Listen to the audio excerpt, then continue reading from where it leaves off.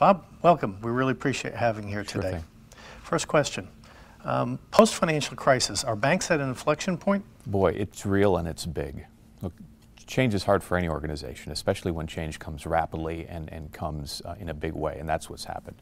We see three change vectors. One is a very different retail banking business climate, right? It's harder to grow revenue, and it's harder to do so profitably, and the cost of compliance has skyrocketed. Secondly, consumer behavior and preferences have changed wildly, right, toward all things digital and all things self-service. And thirdly is growing competition from non-banks. Now, some banks assert that competition isn't directly in banks' wheelhouse, but what we think is undeniable is that even if the competition isn't direct, many non-banks are influencing changing consumer expectations, and consumers bring those heightened expectations into their banking relationship. We can now add digital channels to the many channels that the financial industry has put in place over the last 30 to 40 years.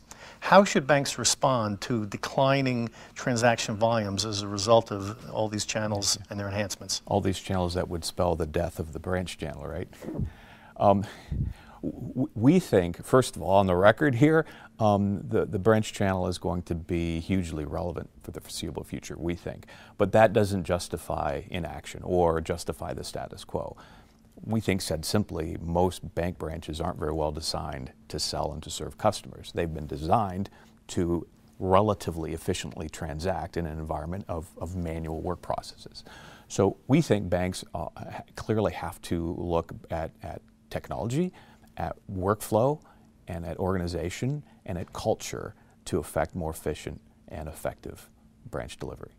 Do you see a role for self-service or assisted self-service? Absolutely. So what's clear from our research is consumers are increasingly eager to transact digitally, or said another way, through self-service channels, but they still prefer to interact, to engage face-to-face. So in a branch environment, we think the best way to apply that truth is to facilitate fast, low-friction self-service transactions, while at the same time providing banks' best, highly trained and well-compensated frontline employees to sell and to serve when the needs go beyond simple transactions. How are banks overcoming the challenges of rising costs, declining foot traffic in those branches, and effectively creating an operating model that continues to service their customers? Yeah, great question, and it is a tightrope. Like, so the increasing competition in the digital channels means banks have to invest there, right?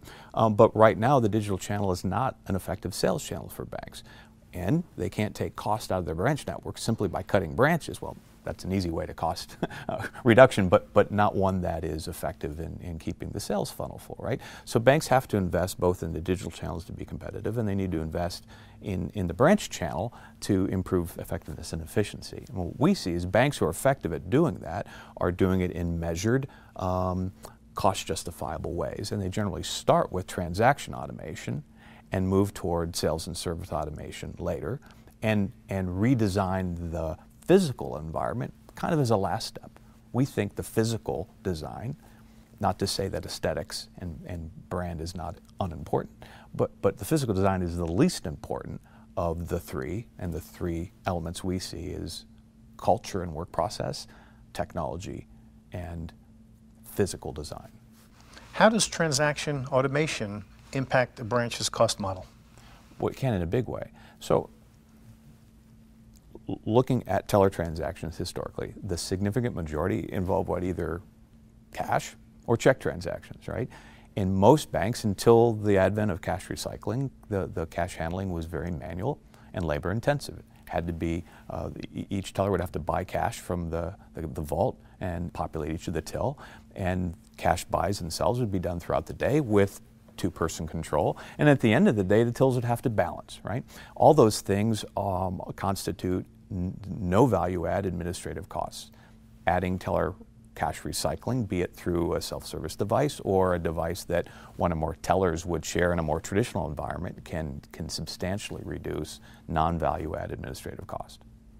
Bob, thanks for joining us today. My pleasure. We really appreciate it.